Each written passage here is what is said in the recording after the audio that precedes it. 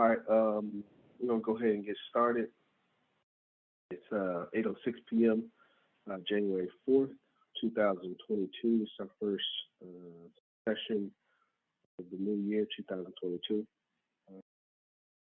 We're continuing our Division 421 study group course, going Message to the People, course of African philosophy. And tonight we're going to be reading lesson 13, entitled The Universe, and discussing the questions from lesson 12, which were titled The Purpose of Institutions. So as we get started, let me go through the role really quick. You have myself, Brother John, Division 421 President. We have our Lady President, Mama Amina, of Division 421, and we have our second Lady Vice President for Division 421, Sister Tania, joining joining us from Baltimore, Division 106, our brother Jamal, and the Lady President, 106, and we just got joined by, I believe, Executive Secretary for Division 106, Brother Everett. So that makes 5 on the call, 6 total on the call tonight. So first things first, we always start all of our meetings with the pledge to the red, black, and green flag. If you would, please repeat after me. Hit your red, black, and green flag in your head or one on the wall. And repeat after me. I commit my body, mind, and spirit. I commit my body, mind, and spirit to the protection, defense, and security to the protection, defense, and security of the red, black, and green. Of the red, black, and green. I dedicate my life to the redemption of Mother Africa. I dedicate my life to the redemption of Mother Africa. And the liberation of her scattered Black children. And the liberation of her scattered Black children. I accept for myself and my descendants. I accept for myself and my descendants. The teachings of universal African nationalism. The teachings of universal African nationalism. And I promise that and I promise that our children will be instilled. And I promise that our children will be instilled with the purpose and knowledge of themselves as African people. With the purpose and knowledge of themselves as African people. In order that the cause of our struggle. Will neither falter nor fail. Until all Black people are free and united. Until all Black people are free and united. Through one God. One aim. One destiny. One destiny. Race first. We'll get straight to it. We're supposed to read lessons 13 and 14 tonight. Kind of short lessons. That is the plan. Let me pull up the book and then we'll get into the questions. Well, I guess I can ask the first questions while I pull up the book. So we're going into the previous lesson that we read is lesson 12, institutions. And the first question is, what previous 2 lessons does this lesson, institution, build off of? And why do we think whatever lessons we propose? But 2 lessons that build up into the purpose of institutions.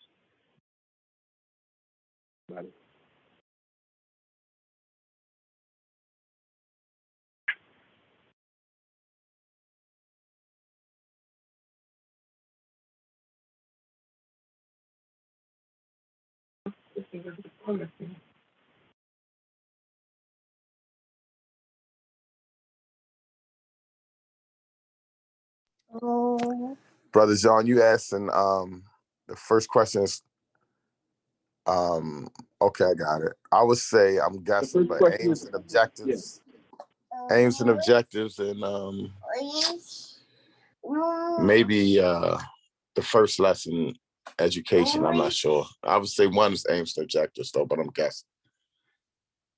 Not a problem. I respect the effort and honesty. Anybody else want to offer anything? Got the book. Okay. I got an update.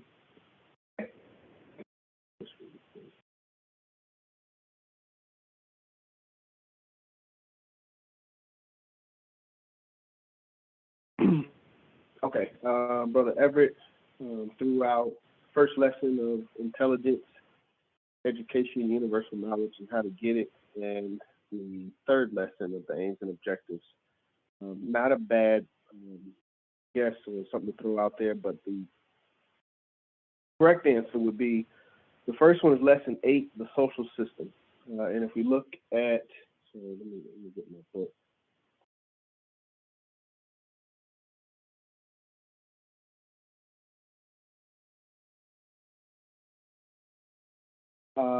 But this is lesson 12. The purpose. The first thing it says, organized society is always a mass of people, and as such, cannot do anything explicit or by detail or by themselves. Hence, the organizing of institutions to do particular work that cannot be done by the masses as a whole. But the first one is organized society, which would bring us to lesson 8, which was the social system. And also in that lesson, in the beginning, it says, page 69. Society is an organization of mankind. Yes. Society is an organization of mankind to safeguard and protect its own interests. Right. But that correlation between institutions and society is something that lesson 12 kind of talks about. So yes, correct, Lady President. And as we talked about with lesson 8, social system is built on lesson, it relates to lesson 11, man, and how mankind is the foundation or the individual components of society. So I want it to be understood, lesson 12 is like the third level of that development as we go from improvement of man and development of man to improvement of the social system or society, and now we're to institutions, which is how societies are able to do the special functions. That was I wanted to bring those together to get into this lesson. Second question is, what are institutions for?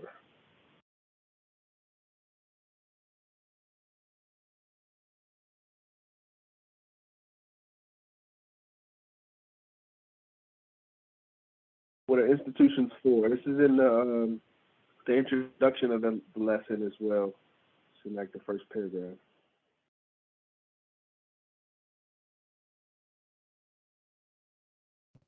To do the work that can't be done by the masses.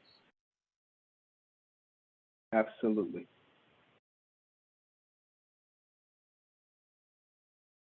Yes. It's hard for me to jump back and forth, sorry. But yes, to do the particular work or particular function that cannot be done by masses as a whole.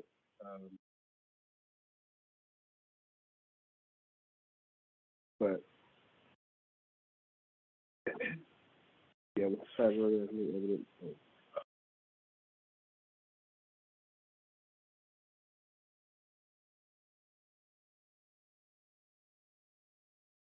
Hence, the organizing of institutions to do particular work that cannot be done by masses as a whole. So Yes, that's the purpose of institutions, is to do particular work that's required by society but cannot be done by larger groups. What are some examples of institutions? This can come from the book or outside of the book, if you wish. Churches, clubs. Churches, clubs, Schools, hospitals, schools, hospitals, trade yes. Trade unions, yes. gymnasiums. Yes. Yes. Garvey had a lot of examples: church, college and university, schools, hospital, academy, chamber of commerce, fraternities, trade union, literary club, sports club, athletic club, gymnasium, YMCA, YWCA. These are just some examples, but these are just some examples of any questions on institutions so far?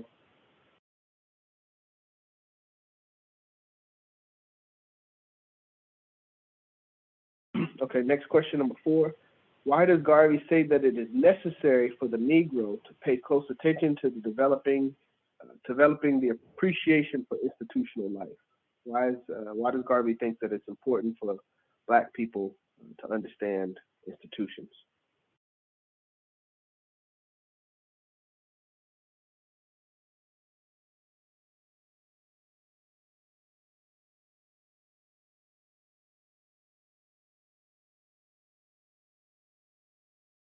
I would say, Anybody? I'm sorry, I would say that I guess maybe the most sensible answer so that we can be able to build them ourselves and develop institutions for ourselves. Yes, he does get there. That is important, but there's something before we duplicate it as to the importance of institutions that we should understand.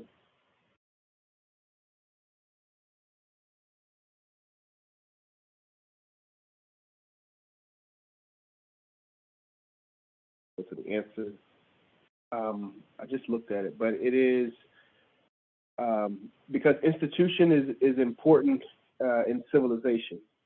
So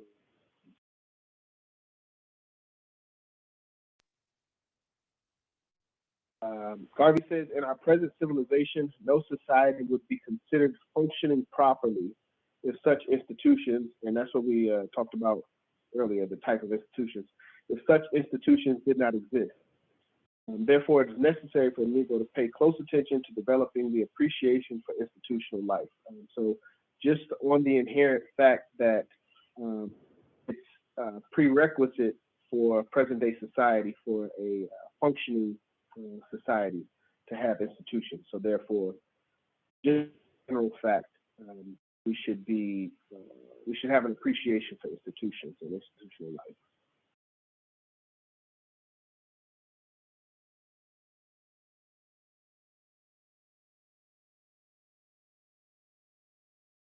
Next question is, how should Negro institutions be modeled? And this is kind of it's a vague question, but I'll just ask it. How should Negro institutions be modeled, according to Garvey?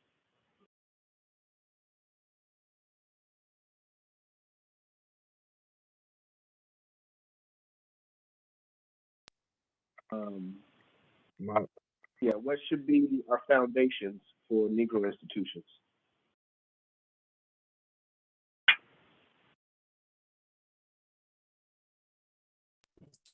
I'm sorry, you're saying what are the foundations that it's being, I'm trying to understand the question, but we are, I'm sorry, the purpose of building institutions is to, establish civilization and culture and all that sort of thing among our race, just to establish governance. I'm trying to, I guess maybe I'm trying to understand what the question specifically is asking. How should our institutions, how should they be different basically from other institutions?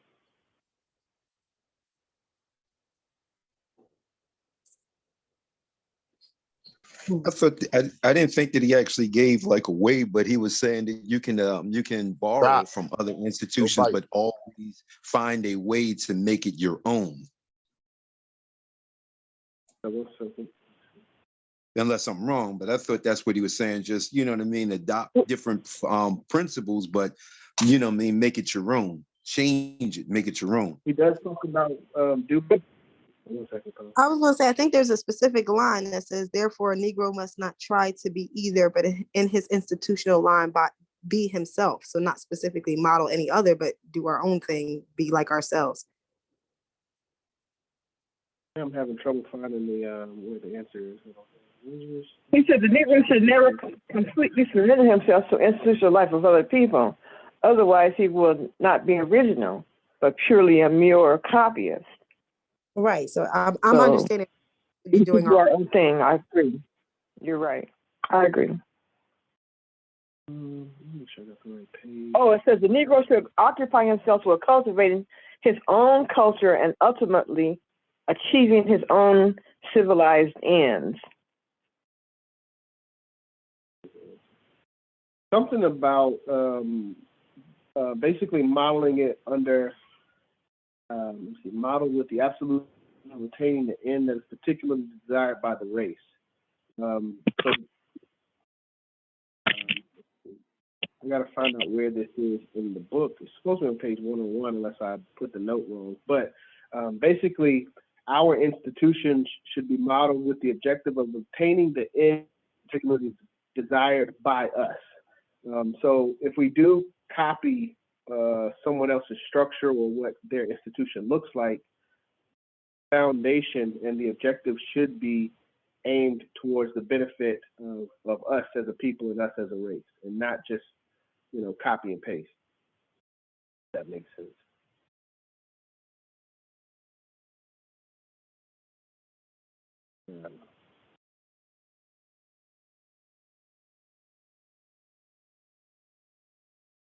Here it is. Yeah, here we go. His clubs, academies, and unions should be modeled in the same way with the objective of attaining the end that is particularly desired by the race. So, though we have our own, they should be benefiting us. They shouldn't just be a copy of someone else's institution. I think that's what I was trying to get across on that one. But it's this paragraph. His universities, colleges, and schools may engage in the same process of education, but with the adopted curriculum necessary for the special benefit of the Negro.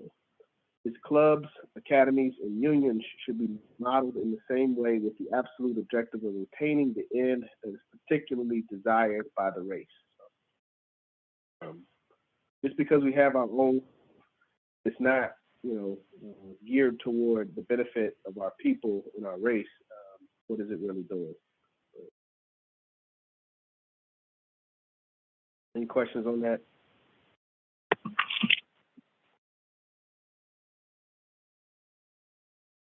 Okay, so I think this one goes into the copying part of it, but why should the Negro never completely surrender himself to the institutional life of other people? In regards to copying, why shouldn't we just copy directly? Because if we did like them, we would be as them.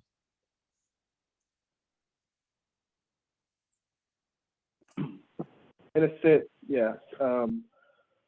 Yes, but yeah, Garvey, in the first couple lessons, we talk about understanding the history of our people and knowing that we were first, and, you know, having pride in us being first and us being original.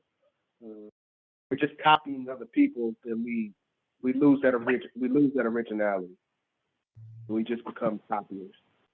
And it offers a sense of superiority of that particular other race. That comes in. I've got that a little bit later, but yes, Mother, you're correct.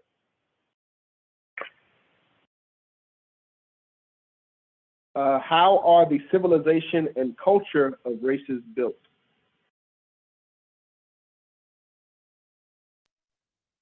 Through institutions. According to Garvey. Say again? Through institutions. Yes, racial institutions specifically, but yes.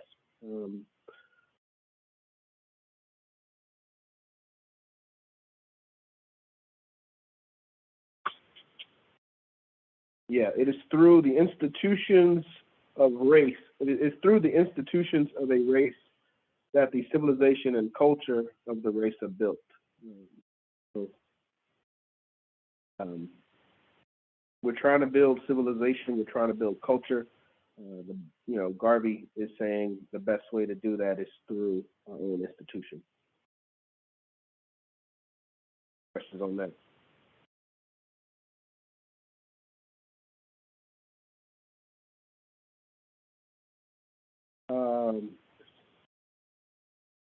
Okay, I think this is where, what does it mean to live on the achievement of other races?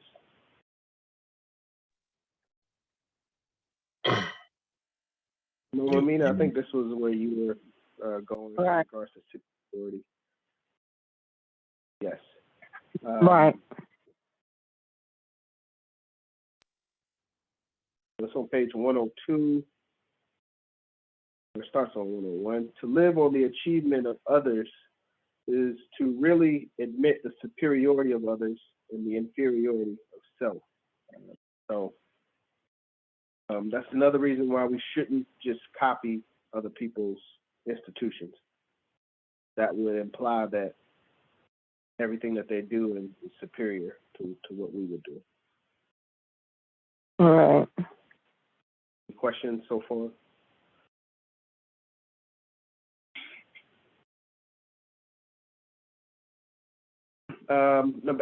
I guess it's number 9, I think. Why are we as Black people justified in remodeling and reshaping institutions to fit ourselves? Why does Garvey say that we have the right to remodel and reshape institutions, even if we do copy from others? Because we're the oldest original. Yes. Yes. Elaborate a little bit for me. Something like we the father of civilization. Yes, sir. Yes, that's where I was going. Garvey says the Negro is the father of civilization. We constructed the first government in Africa and thereby taught others the way.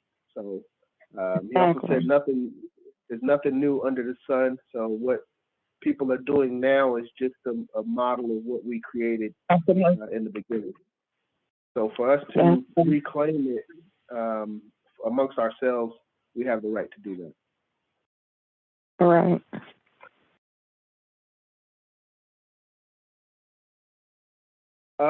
This one is, when is the Negro, and this is in the book, I pulled, so when it says things like this, it's usually a verbatim line. When is the Negro not living the proper life in accordance with the purpose for which nature made him? When are we as Black people not living the proper life in accordance with the purpose for which nature made us?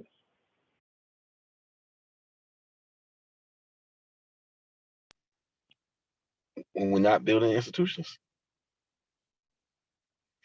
Yeah, I don't know if it's building institutions specifically, but it's when we don't, in a sense, but when we don't have our own. In this, yes, for this lesson, that would be in regards to institutions. When we submit to other people and allow, as the previous question said, when we, submit superiority to others and claim inferiority, that's when we're not living the proper life in accordance with the purpose for which nature made us. Right. That's not that's not where we're supposed to be. The position of inferiority is not our natural position. Next question. This is what I pulled from the reading, just to make sure we're clear. What does physiognomy mean, and what is its significance to us as a people? Physiognomy. Physiognomy. What does that mean, and what is its significance to us as a people? Physiognomy has the root word of physical, so therefore it's talking about the physical look of a people. Yep. Yes, sir. The physical features, and why is that important to us as Black people and us as a race. You said your hair is woolly, your nose is broad, your lips are thick, and so this difference must also be intended when your outlook and your viewpoint of life. Anyone who tells you the contrary is a liar and a fraud, and in fact, the enemy to you and to nature. Absolutely. So yes, physiognomy refers to physical features, and as the brother said, Garvey listed the physical features that make us stand out from other races. He says, if God wanted us to be one of the people, He would have made us so. So the fact that we are we're different from other races, it's intentional, and we should be proud of that. This is the way God made us. Right. Any questions on that?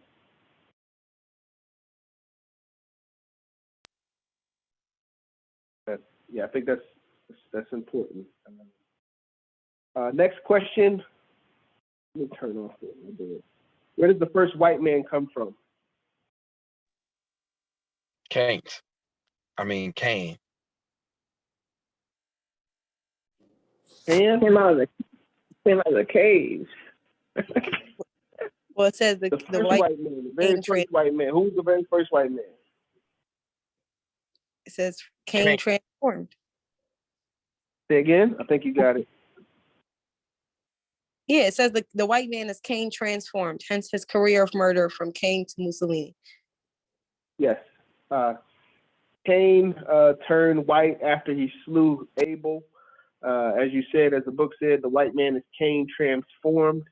And look further on, it talks about how Cain and his descendants hid in caves for centuries. So, it's sure white folks. Say again? I said that's for sure white folks. This is it's just what the book says. So, but yes, this is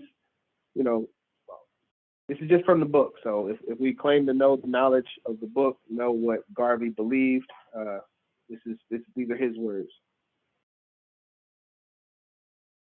How did Cain's family get to Egypt? I mean Europe. Sorry, I said Egypt. How did Cain's family get from Africa, we presume, to Europe? We ran down on them with the squad. It was like, you got to go, buddy. What squad?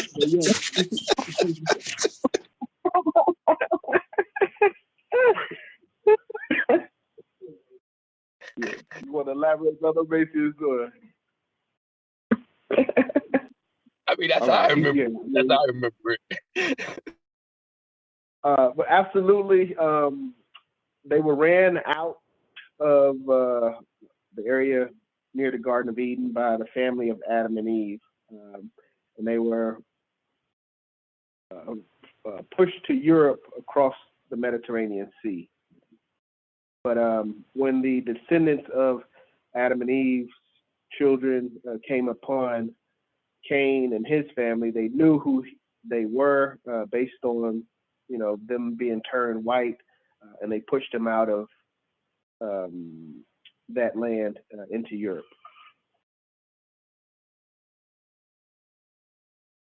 Any questions?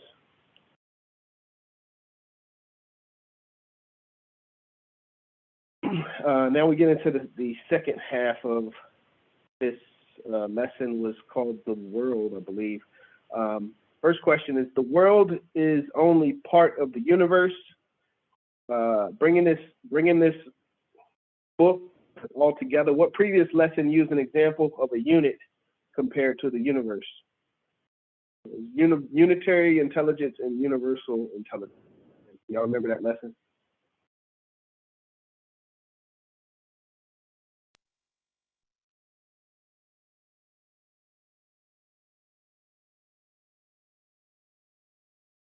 Nobody remember that one? God. Wasn't universal intelligence is God. What was the other one? Is man. God knows everything, and his knowledge is in everything. Right, God the Father, God the Son, God the Holy Spirit. Right. I believe it was, I think it was God. Yeah, lesson 5, God, on page 45. You said 45? Yeah, page 45 is the first paragraph. There is All a right. God and we believe in him. He is not a person nor a physical being. He is a spirit. He is universal intelligence. Never deny that there is a God. God being universal intelligence created the universe out of that intelligence. It is intelligence that creates. Man is a part of that creation. So universal intelligence, man was created in the image and likeness of God only by his intelligence. It is the intelligence of man that is like God, but man's intelligence is only a unitary particle of God's universal intelligence. And that was page 45. And then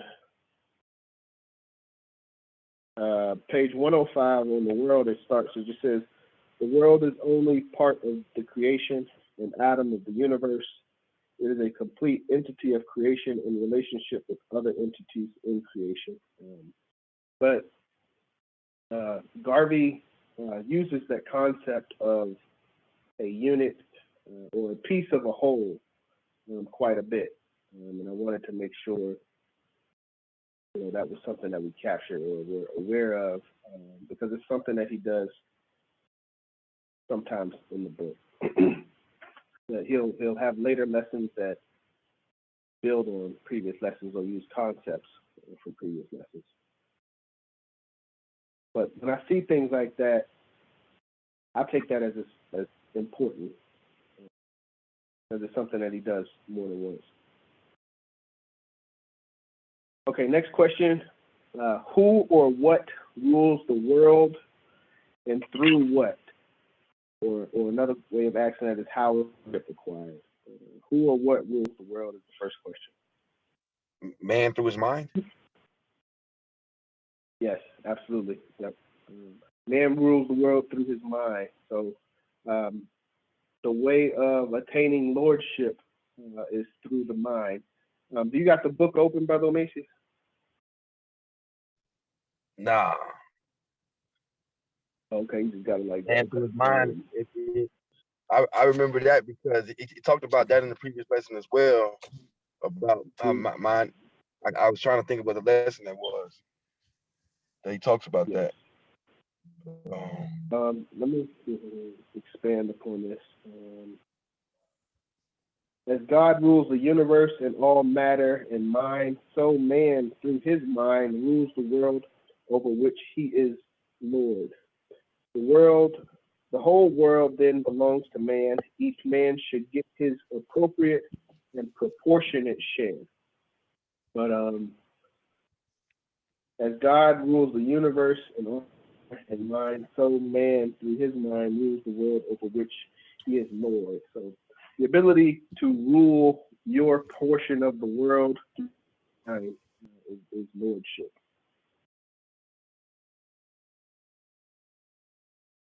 And next question is, what happens when man fails to lift himself to lordship?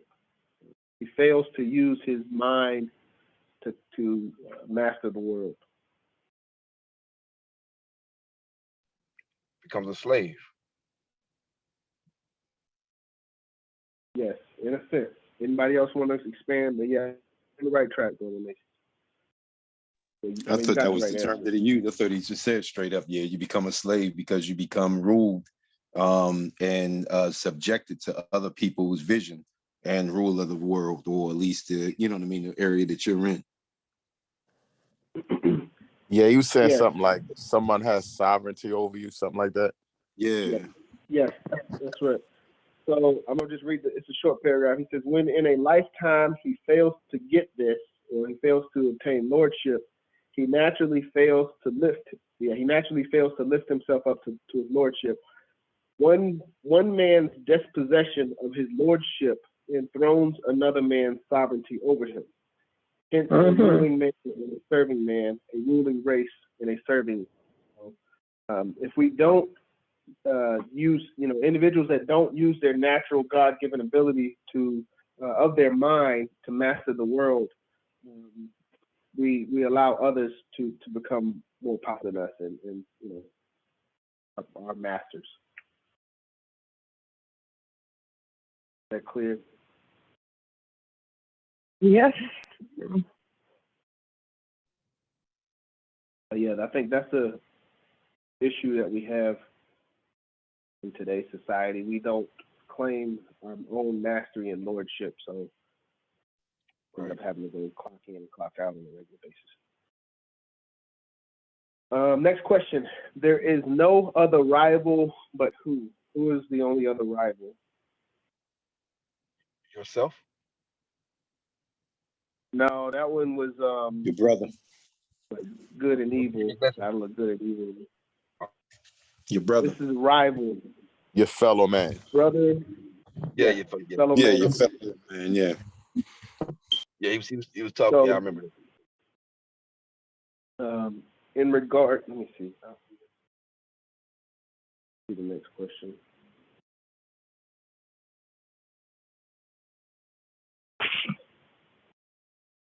It says there's no other rival than your fellow man. Never allow your fellow man to rise higher than you, otherwise he will make you a slave.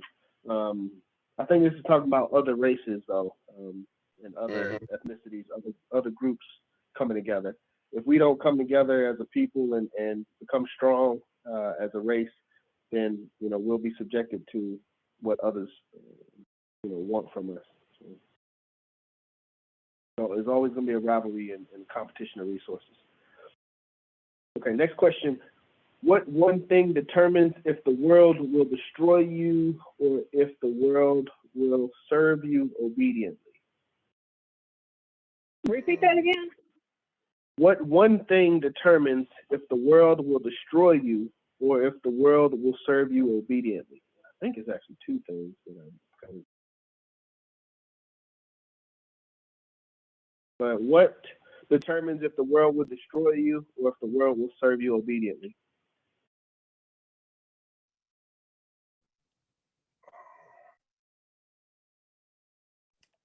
I'm guessing, but something like if you don't understand the world, it will destroy you. Something like that, I think. Correct. Understanding and knowing the world. So if Garvey says, it's on page 106.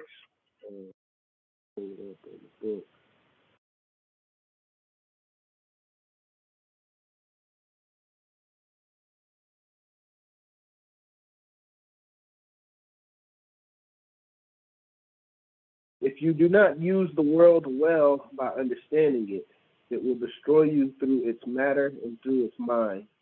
If you treat the world well by knowing it thoroughly, the world will serve you obediently.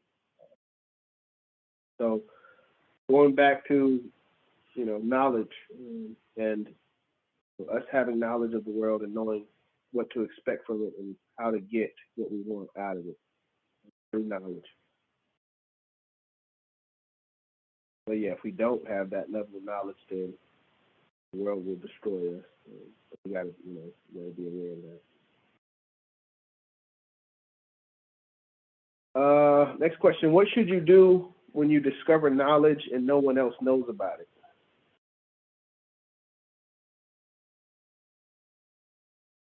What should you do when you discover knowledge and no one else knows about it? You should share it, right? Yes. Well, no. Share. Keep it to yourself and/or only share it with your race. With your race, yeah. Yes. There we go. I was about to say, you gotta be careful. Yeah, with your definitely race. don't want to share it. Yeah, definitely don't want to share it with the wrong people. Knowledge is everywhere. It is hidden. Search for it, and when you discover it, and no one else knows about it, keep it and use it for the good of yourself and your race. So don't just openly share it. I'm sorry if that was wrong. But keep it and use it for the good of yourself and your race. But that goes back to one of my favorite quotes that I always kind of go to. The value of knowledge is to use it. It's from page 6 in the book. So this is another one of those things that it doesn't come up once. And that's how you kind of can pull out, well, that's what I think, you pull out the hidden lessons. When you start to see things duplicate themselves from earlier lessons to later lessons, there's something going on there. Oh, okay. So the answer to that, keep it and use it for the good of yourself and your race. Last 2 questions. Your first in the world is to who? So what's the question? Your first duty in the world is to who? Who is your first duty in the world? It's to yourself. And again, to your family. And who else? Your family, your race, your racial nation, then worship God absolutely and thank him for all. Amen. Yes, yourself, your family, your race, and your racial nation is first and foremost. And then we worship God. Let me make sure I get the words correctly. God.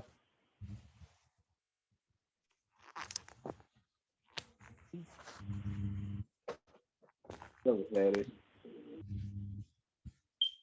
On page 106. Well, I pretty much just read it right from the book. That's what it is, right from the book. Could you read one more time? Yeah, your first duty in the world is to yourself, your family, your race, and your racial nation. Then worship God, absolutely, and thank him for all. Yes, it was a word absolutely that I was kind of finding, but yes. So that's the order of the Garvey prescribes. Questions on that?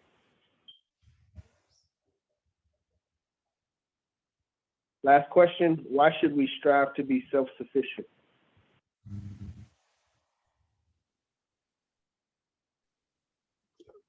That's our duty. Yes, but why, from a security, I guess, standpoint, why should we strive to be self-sufficient? Oh.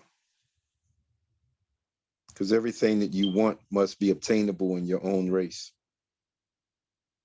Why? Nothing is handed to us. Yes.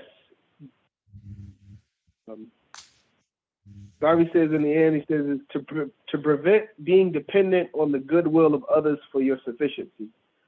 No one will give away value that is wanted for themselves, so you'll have to serve and become servants or slaves to sufficiency. But yeah, if we're not self-sufficient, if we don't provide for ourselves, then at that point, it's up to the goodwill of somebody else to provide for us, and that's not a secure position to be in. And if there's only a little bit of water to go around, they're going to make sure they're taken care of first. So we have to have our own sources and our own resources.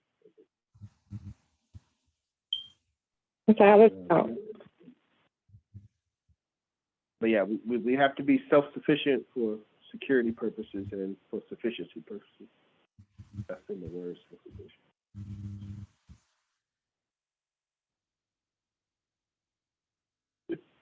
All right. Any questions on purpose of institutions, lesson 12?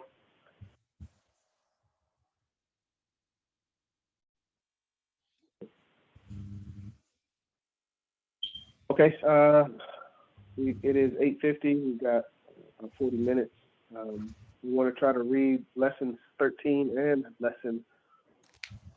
They're kind of short, from what I remember. So, Brother Macy's, will you be able to read tonight? Gotcha. 15. Lesson 13, the universe. No man yet knows the riddle of the universe. It has been the external puzzle. Many of their searching desires are aiming at unraveling the mysteries behind it. It contains universal knowledge beyond the knowledge of our world.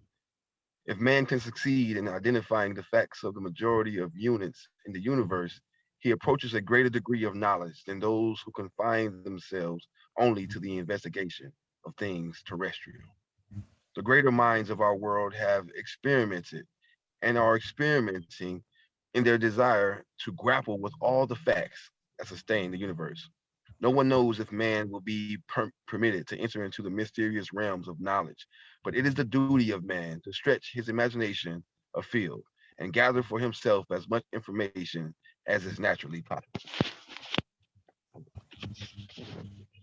Therefore, never rest with your limited knowledge of the world, but seek to find other knowledge, which you may be able to lift yourself far above that which has been attained or accomplished by man.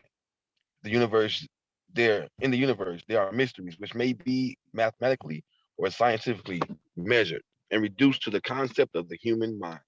Let your mind reach out then to the grappling of the mysteries by an approach based upon reason.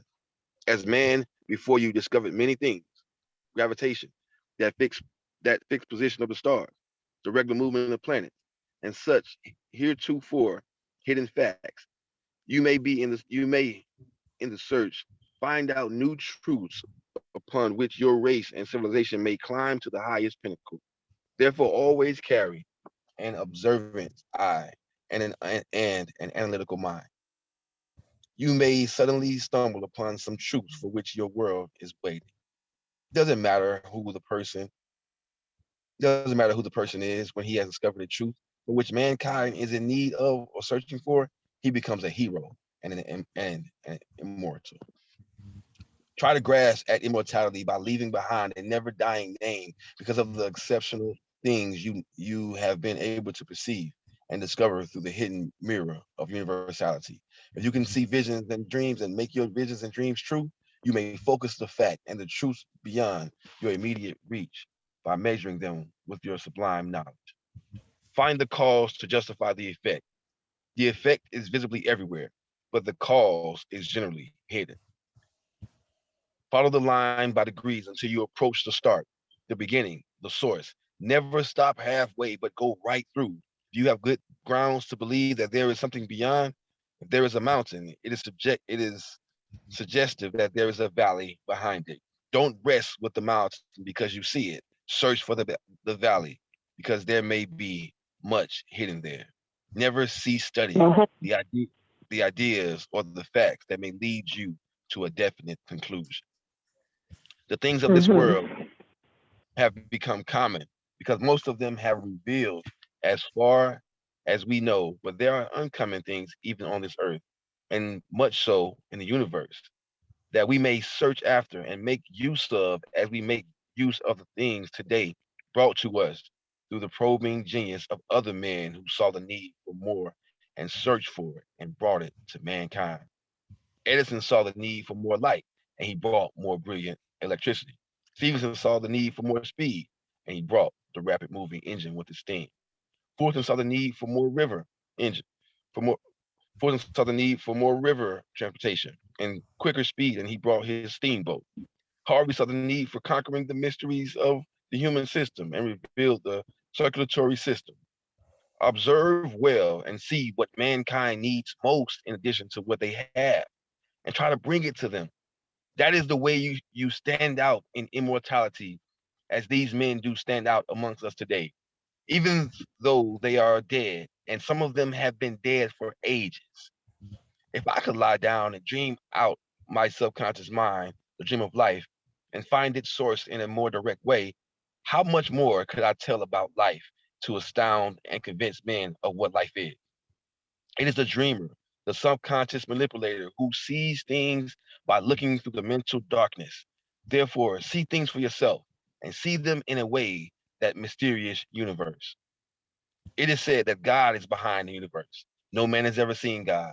Suppose you, like Christ, could see God. What a wonder and an amazement. Christ saw God behind the universe as man. Christ was an object lesson to man's glorification and knowledge. Therefore, if you approach through if you approach through thought with its deepest sublimity, you may see as much as Christ saw when he saw God. It is thought that created the universe. It is thoughts that will master the universe. Man must therefore use his thoughts to the limits to get the best result from the universe. No thinking, no knowledge. Proper thinking may lead you suddenly into the conquest of that which hereto was mysterious. If man can think most excellently, then he climbs in that excellence to the companionship of the most excellent.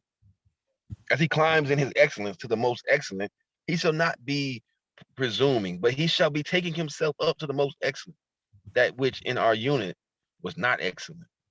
And like the dutiful servant who used his talents and used them well, he shall be possessed of the talents of that servant who hid his and was ultimately deprived of it for the benefit of that servant who used his because he could appreciate the gift. Man in his excellence lifts himself highest to God by his mental industry, and the man who has no mental industry forfeits that mentality to the useful servant who climbs in his excellence to the most excellent. Brush away the cobwebs of your mind and see the universe as looking through a crystal, because beyond you all is bright and beautiful. The darkness is in you. See the light. We want knowledge to lighten our darkness. Bring down the light and knowledge into your soul and flash it through your mind like the spark from this thunderbolt. And all creation will ignite in one glorious illumination, and you will pass through the mysteries of the universe to the knowledge and eyes of God. If I could dream my life into eternity and come back, and wisdom should not I have the surpassing knowledge of my fellows? If I could dream my life into eternity and come back with wisdom, should I not have the surpassing knowledge of my fellows? Then why not seek it, since it is therefore man to seek out and possess himself of it? It is when you can reach up to it that you approach God's elevation, not in rivalry of God, but as coming to God, of whom you were always a part, but for the darkness of your own soul. Illumine the soul, and God's brilliance will be revealed as it was revealed to Christ when the halo surrounded his head and he was declared the begotten Son of God, in whom God was well pleased. What a world of unfurlment! What a universe of expectation to which man in his sublimity may climb. Why not be the first soul outside of Christ to climb in the sublimity to the most excellent? The Greek philosopher suggested to the Greek youth that he should know himself.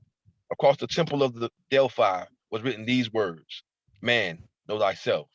But I may add also, "Man, know thyself, and man, know the universe, and man, know your God."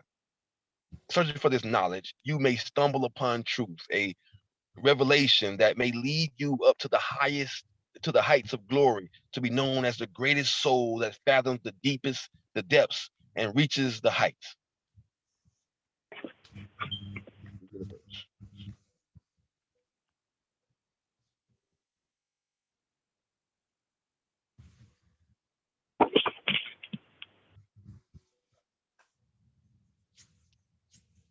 Lesson 14, self-initiative. Every man in his own responsibility in life. Every man. Brother Macy. Yep. Okay, sorry. I was speaking, but I was on mute. I think we got enough time to do lesson 14. I just wanted to open the floor for lesson 13 if there's any questions or comments or observations from the lesson about the universe. Got a couple minutes.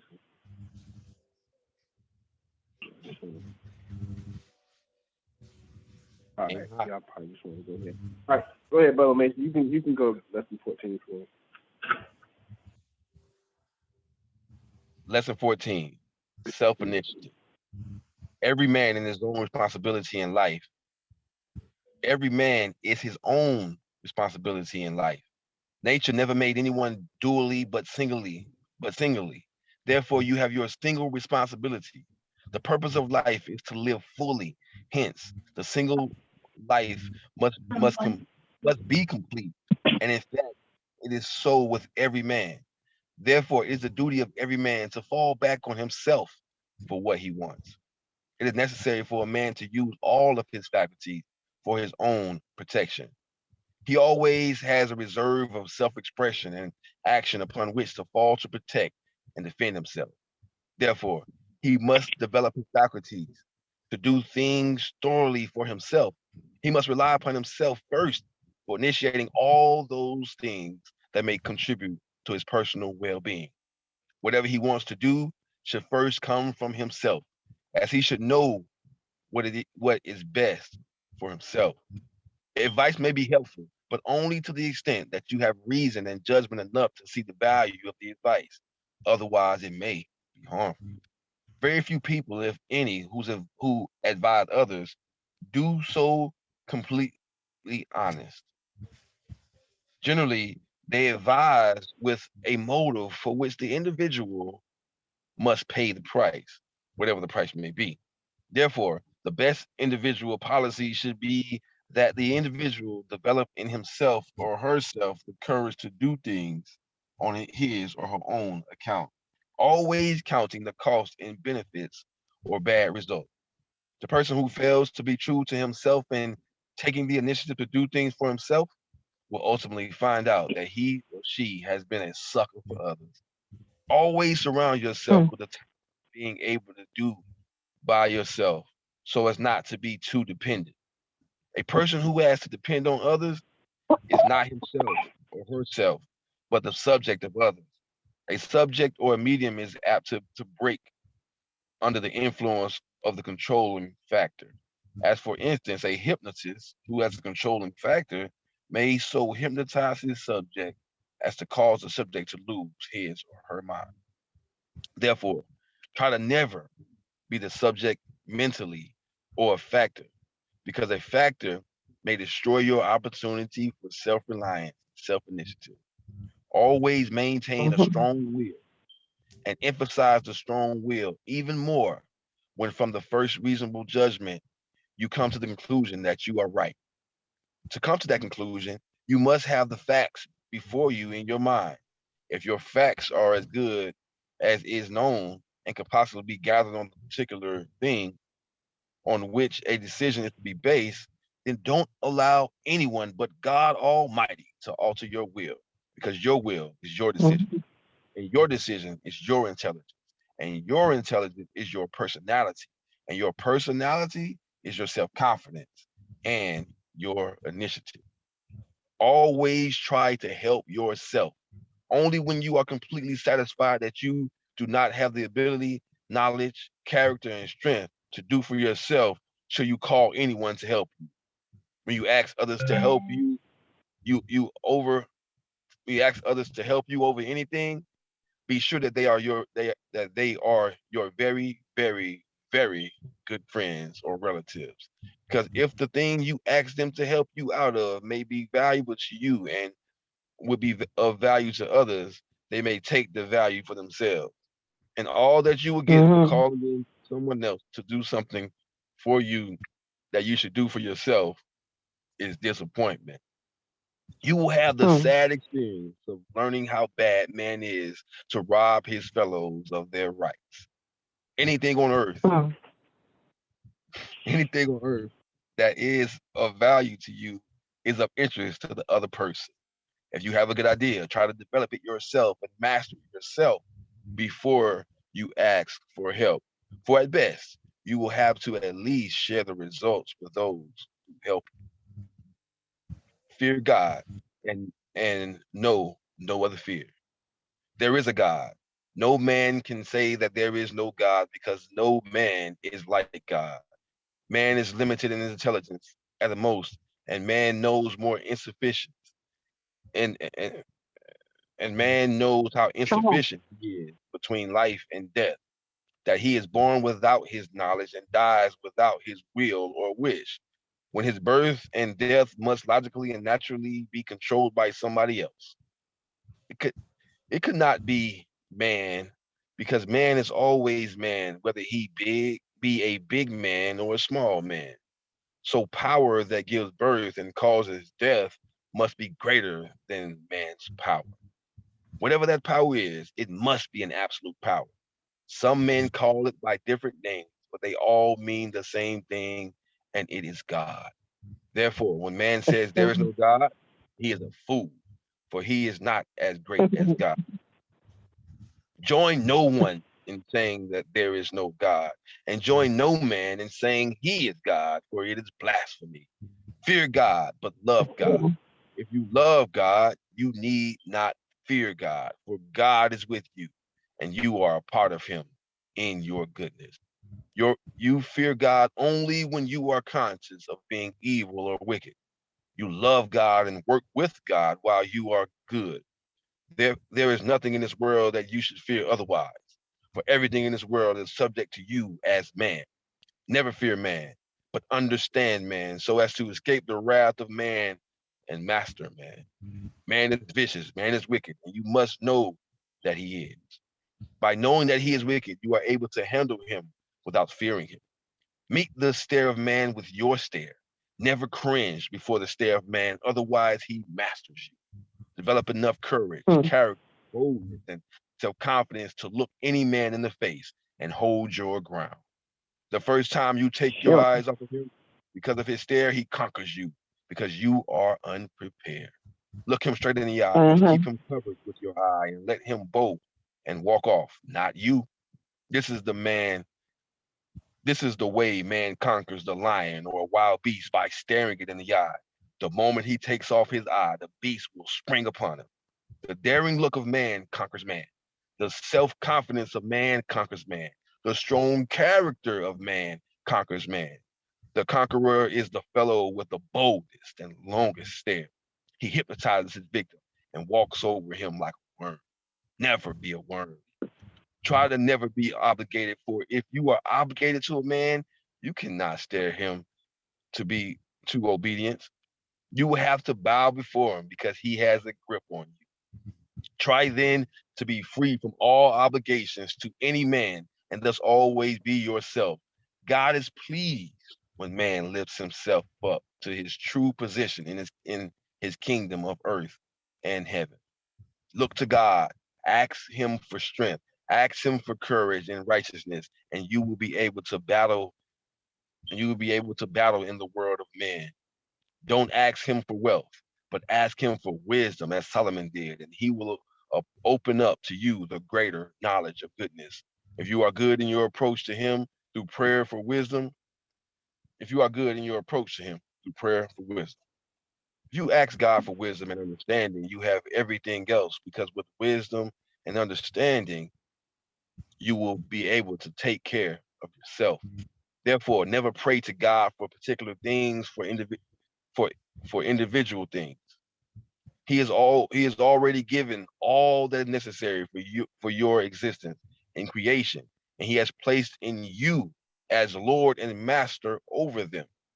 Then why worry him in further prayer for these things?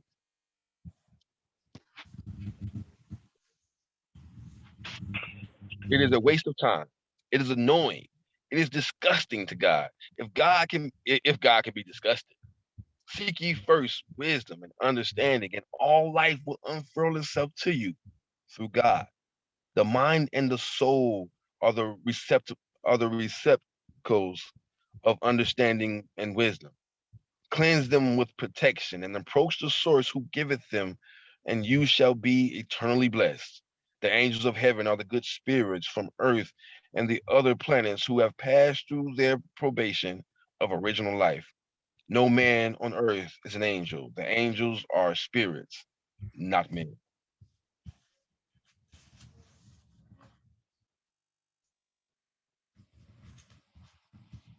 Thank you. Thank you, First Vice President Brother Macias. Please, lessons 13 and 14. 13 was the universe, 14 was self-initiative. I just want to state that was wonderfully stated. It was powerful, and I think that was just awesome. Thank you, First Lady President Baltimore. Thank you, First Lady President. Thank you again, the First Vice President. It is 9:11. We have completed the reading, and we've completed. I don't really have anything else. I'll open the floor, questions or comments, but if we don't have anything, we can close early tonight. So, any questions or comments in regards to the readings?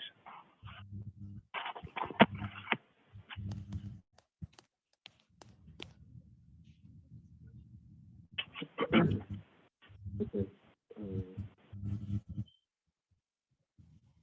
So we'll meet again next Tuesday.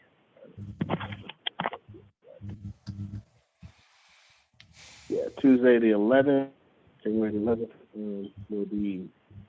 I have questions for lessons 13 and 14, and then we'll read lessons.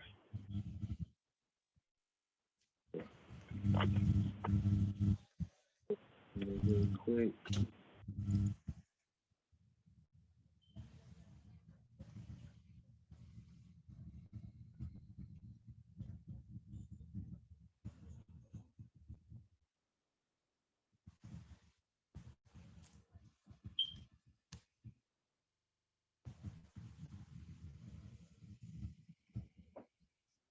Yeah, so on the 11th, we'll be reading lesson 15.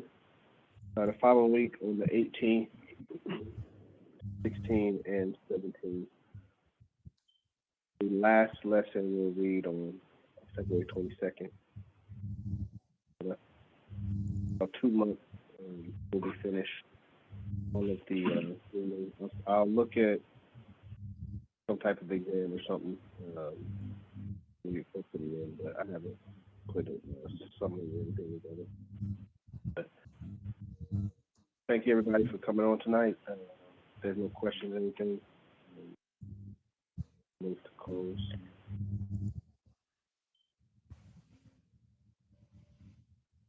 Next. All right. I'm not gonna hold y'all. Oh, I don't know. Do they know about the Kwanzaa convention coming up this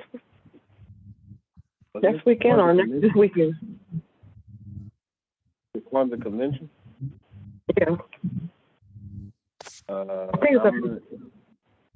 I know we have executive meetings for Division 421 this coming Saturday.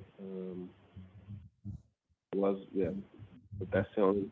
I mean, then we're going to discuss, January, February, March calendar.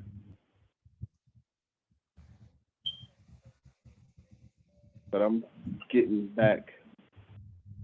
I was out of town Christmas and then resting. I got back, getting back going this week and next week. Well, somebody's having a Kwanzaa convention up there in Cobb County this weekend, I think. Anyway. Yep. Thank you. We're going to have to discuss that one offline next day or so. We got other. I don't really need to be on the call for that.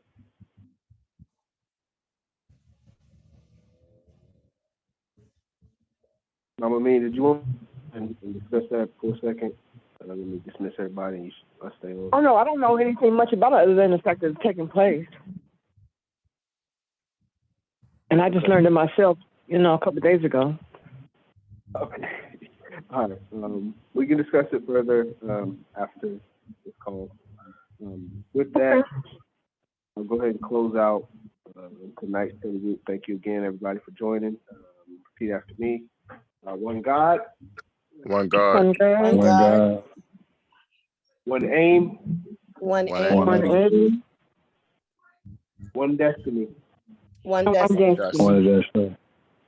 Africa for the African. Africa for the African. African. Those at home and those abroad. Those at home and those abroad. Race First family, get some rest and see you all next week. Family. All right. Thank you. Good night. Race First. Race First.